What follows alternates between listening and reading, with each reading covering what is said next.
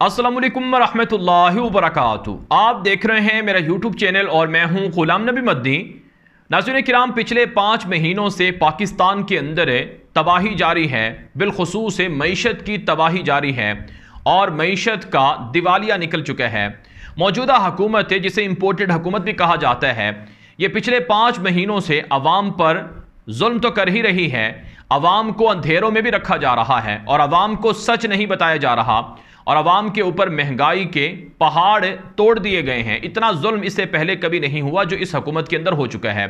नाज़रीन किराम, हुकूमत के जारी करदा आदाद शुमार के मुताबिक पाकिस्तान में इस वक्त जो महंगाई है उसकी शरह तकरीबन 42% है और आलमी जो मुआशी इदारे हैं उनके मुताबिक भी पाकिस्तान के अंदर महंगाई इस वक्त 42% से बढ़ चुकी है और पाकिस्तान के अंदर जो आने वाले दिन हैं उनमें महंगाई में और ज़्यादा इजाफा हो सकता है। और पाकिस्तान के अंदर जिस तरह से सैलाब है और सैलाब की वजह से जिस तरह से लोग मुतासर हैं, इससे पाकिस्तान को और ज़्यादा नुकसान पहुंच रहा है। और अफसोस की बात यह है कि यह हुकूमत आवाम को सच नहीं बताती है, आवाम को झूठ बोलती है। मसलन नाज़रीन किराम, इम्पोर्टेड हुकूमत के जो सरबराह हैं शहबाज शरीफ, इन्होंने कतर का दौरा किया और कतर के दौरे के मौके पर इनकी हुकूमत और इनके मीडिया की जानिब से, सोशल मीडिया की जानिब से ये रिपोर्टें फैलाई गई कि कतर पाकिस्तान को $3 अरब दे रहा है और कतर पाकिस्तान को $3 अरब देगा, जिससे पाकिस्तान के जो असासे हैं उनमें इजाफा होगा और पाकिस्तान के अंदर जो मुश्किलात हैं मुआशी वो कम हो जाएंगी।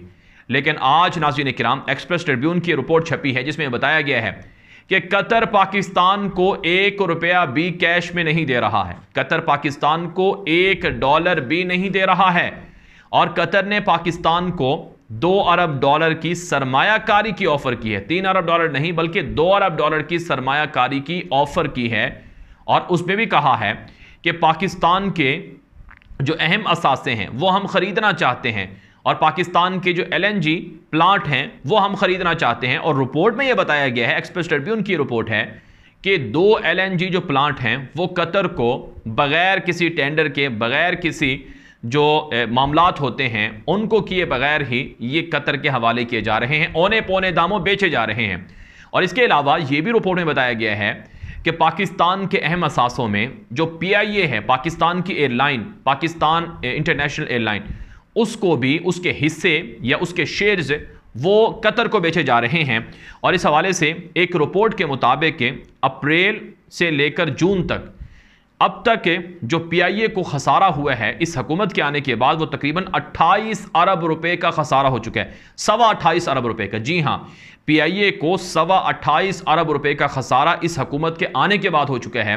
इसका मतलब ये है कि जब कोरोना था पाकिस्तान में, इमरान खान की हुकूमत में जो कोरोना था, उसके बावजूद PIA का खसारा कम हुआ और ख़ुद ख्वाजा साद रफ़ीक जो कि PIA के और वज़ीर भी हैं, उनका ख़ुद ये पार्लियामेंट के अंदर बयान है कि PIA का खसारा इससे पहले कम हुआ है और 2018 तक जब उनकी हुकूमत थी तब खसारा बहुत था, लेकिन जब इमरान खान की हुकूमत आई तो उनकी हुकूमत में PIA ने अरबों रुपए का खसारा कम किया।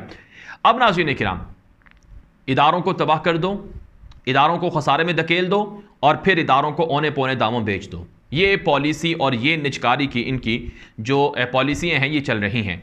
तो इससे आप अंदाज़ा लगा सकते हैं कि पाकिस्तान किस तबाही की तरफ जा रहा है। अब रिपोर्ट में यह बताया गया है कि ना सिर्फ PIA कतर को बेचने का फैसला है, बल्कि जो कराची एयरपोर्ट है, बल्कि जो इस्लामाबाद एयरपोर्ट है वो भी इंतज़ामी तौर पर कतर के हवाले करने का मंसूबा है और फिर इस्लामाबाद एयरपोर्ट के साथ कराची एयरपोर्ट भी इंतज़ामी तौर पर कतर के हवाले करने का मंसूबा है। सवाल ये पैदा होता है कि पाकिस्तान 25 करोड़ का मुल्क है, पाकिस्तान दुनिया का 5वां आबादी के लिहाज से बड़ा मुल्क है और पाकिस्तान दुनिया के अंदर एटमी मुल्क है। क्या ये मुल्क अपने मुल्क के एयरपोर्ट्स चलाने की ताकत नहीं रखता है, सलाहियत नहीं रखता है? ये आखिर किस वजह से बैरून मुल्क को, जो बैरून ममालिक हैं, उनको ये पाकिस्तान के एयरपोर्ट्स बेचे जा रहे हैं? तो ये पाकिस्तान की आवाम के साथ वो जुल्म है जिसमें आवाम को अंधेरों में रखा जा रहा है। और फिर नाज़रीन किराम, जो कतर के हवाले से कहा गया कि वो $3 अरब देंगे, वो मैंने आपको बता दिया है कि वो $3 अरब नहीं दे रहे हैं, बल्कि वो औने पौने दामों सासे लेना चाहते हैं और हुकूमत उनको बेचना चाहती है। अमेरिका में न्यूयॉर्क के अंदर रोजवेल्ट पाकिस्तान का एक होटल है PIA की मिल्कियत में, हुकूमत की मिल्कियत में, वो भी बेचने की तैयारी है। एयरपोर्ट बेच दो, सड़कें बेच दो, रेलवे बेच दो, असासे बेच दो, सब कुछ बेच दो और फिर भीख मांगो कि हमारे मुल्क के अंदर मसाइल हैं, आप हमारी मदद करें। मैं आप समझेंगे कि मैं भीख मांगने आया हूं, मैं भीख मांगने नहीं आया हूं, लेकिन क्या करें, मजबूरी है। फिर ये बातें की जाती हैं। तो इसलिए पाकिस्तान की आवाम को सोचना चाहिए कि उनके साथ क्या हो रहा है। अब मैं आपके सामने कुछ दीगर चीज़ें रखने लगा हूं जिससे आपको पाकिस्तान की मईशत का अंदाज़ा होगा। नाज़रीन किराम, पिछले 5 महीनों में तकरीबन पाकिस्तान के मजमूई असासों में जो कमी हुई है वो 10 अरब डॉलर के करीब हो चुकी है।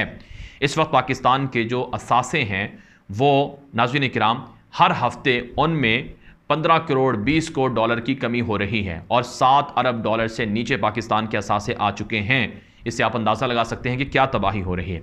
और आज वज़ीर ख़जाना मिफ्ता इस्माइल का एक और झूठ सामने आया है और मिफ्ता इस्माइल ने जो आवाम के साथ जुल्म किया है वो भी सामने आया है कि जो बिजली के बिलों में इजाफा हुआ है, पिछले 2-3 महीनों में जो बिजली के बिलों में इजाफा हुआ है उसकी मद में तकरीबन 140 अरब रुपए का डाका मारा गया है। यानी आवाम की जेबों पर डाका मारा गया है 140 अरब रुपए का। और लोगों को फ्यूल एडजस्टमेंट की मद में अरबों रुपए लोगों से बटोरे गए हैं। और 140 अरब रुपए में से अब हुकूमत ने कहा है कि बड़ा मसला है, शहबाज शरीफ ने नोटिस ले लिया है वगैरह वगैरह, अब बिजली के बिल दोबारा आएंगे, उनमें कमी कर दी जाएगी। कोई किसी का बिजली का बिल दोबारा नहीं आएगा। और वो भी बताया है कि 140 अरब रुपए लोगों से ले लिए, अब उनमें से 20 अरब रुपए मिफ्ता इस्माइल के बकौल वापस किए जाएंगे। यानी जिनके 200 यूनिट से कम होंगे उनको उनका बिल दोबारा आएगा या उसमें मामूली सी कटौती हो जाएगी, लेकिन मुस्तकिल तौर पर इसका कोई हल नहीं बताया गया। और ये क्यों हुआ है? क्योंकि मौजूदा इंपोर्टेड हुकूमतें जब 2013 से 2018 तक हुकूमत में थी, इन्होंने महंगे पाकिस्तान के अंदर बिजली बनाने वाले मंसूबे लगाए और उनके ज़रिए से महंगी बिजली बनाई। और आज उसका खमियाजा ये है कि 16 रुपये तक तकरीबन फी यूनिट में 5 महीनों में इजाफा हुआ। यानी इजाफी टैक्स, यानी फ्यूल एडजस्टमेंट जो है ये इजाफी टैक्स लगा है और 16 रुपये का इजाफा हुआ है, जिससे अरबों रुपए इन्होंने बटोरे हैं। तो अब आप अंदाज़ा लगा लें कि लोग, पूरा पाकिस्तान है जो बिजली के बिलों को जला भी रहा है, एहतजाज भी कर रहा है, प्रोटेस्ट कर रहा है। किसी का एक यूनिट इस्तेमाल हुआ है उसको भी 10,000 का, किसी को 80,000 का, किसी को 40,000 का। अब जिसकी तनख्वाह ही 40,000 है उसको 80,000 का बिल आ जाए तो वो कैसे भर सकता है? तो ये डाका आवाम के ऊपर डाला जा रहा है। और सिर्फ यही नहीं, आने वाले दिनों में मजीद बिजली के बिल महंगे आएंगे, कम नहीं होंगे। क्यों?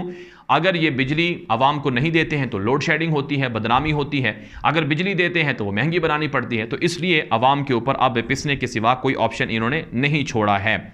नाज़रीन किराम, जो एक और ख़बर सामने आ रही है वो है पेट्रोल की कीमतों में इजाफे की। खबर यह है कि IMF ने अभी तक इनको $1 भी नहीं दिए हैं। IMF की जानिब से $1 नहीं मिला है और 2 महीने से ये खुशखबरियां सुना रहे थे, झूठ बोल रहे थे कि IMF से मुआहिदा हो गया है, IMF पैसे दे रहा है। IMF ने अभी तक इनको $1 भी नहीं दिए हैं। और IMF की शराइत के मुताबिक अब इन्होंने जो ख़त लिखा है कि हम ठीक है पाकिस्तान में मज़ीद पेट्रोल पर टैक्स लगा देंगे, यानी 300 रुपये तक तकरीबन टैक्स लगाकर ये पेट्रोल को करना चाहते हैं। इसका मतलब क्या हुआ कि मज़ीद महंगाई आएगी, जो 42% है ये 70% हो जाएगी। तो लोग कहाँ से खाएंगे, कहाँ से ख़रीदेंगे? और दुनिया में पेट्रोल सस्ता हो रहा है। यानी इमरान खान के दौर में जो पेट्रोल $130 पर बैरल था, आज वो पेट्रोल $90 पर बैरल है। और आप अंदाज़ा लगा लें कि $40 पर बैरल पेट्रोल कम हुआ है। इसका मतलब ये है कि पेट्रोल की कीमतें जब उस वक्त 150 थी तो उनमें 40 से 50 रुपये कम से कम भी कम होना चाहिए, 100 रुपये का पेट्रोल मिलना चाहिए, लेकिन यह हुकूमत बढ़ा रही है। तो इसलिए अवाम के ऊपर जुल्म पर जुल्म किया जा रहा है और यह जुल्म तब तक रहेगा जब तक अवाम इस हुकूमत के खिलाफ खड़ी नहीं होगी, अवाम प्रोटेस्ट नहीं करेगी, अवाम पुरअमन एहतजाज नहीं करेगी, तब तक ये रहेगा। नाज़रीन किराम, एक और जो सियासी खबर है वो आपके सामने रख लेते हैं। ये तो मुआशी सूरत हाल थी पाकिस्तान की जो आपके सामने रखी गई है। सियासी खबर एक ये आ रही है कि पंजाब के अंदर ब्लैकमेलिंग शुरू हो रही है और इमरान खान की जो परवेज़ इलाही की शक्ल में इत्तेहादी हुकूमत है उसे गिराने के लिए काफ लीग के कुछ MPA हैं जिनको वजारतें नहीं मिली, वो चौधरी शुजात से मुलाकातें कर रहे हैं और मुमकिन तौर पर सितंबर के अंदर किसी न किसी तरीके से पंजाब में कोई बड़ा इस तरह का मामला हो सकता है जिससे पंजाब में PTI की हुकूमत मुश्किलात में पड़ जाएगी। लेकिन सियासी तौर पर अगर देखा जाए तो सितंबर का महीना बहुत से लोगों के मुताबिक इलेक्शन की कॉल का महीना है। इस पर इलेक्शन कॉल हो सकते हैं और इसके अंदर इलेक्शन मुतवक्के तौर पर ऐलान हो जाएगा और इमरान खान भी इसका इशारा कर चुके हैं। लेकिन अगर नहीं होगा तो जिस तरह से सैलाब की तबाहकारी हैं तो सियासी दंगे फसादात भी जारी रहेंगे और इससे पाकिस्तान को मजीद नुकसान पहुँचेगा। ये वीडियो आम कर दें। मजीद खबरों के लिए आप हमारा फेसबुक पेज है गुलाम नबी मदनी, उसे आप लाजमी फॉलो भी करें, लाइक करें, सब्सक्राइब करें और इसी तरह से हमारा जो यूट्यूब चैनल है गुलाम नबी मदनी उसे भी सब्सक्राइब कर लें। अब तक के लिए इजाज़त दीजिए। अस्सलामु अलैकुम वरहमतुल्लाहि वबरकातुहू।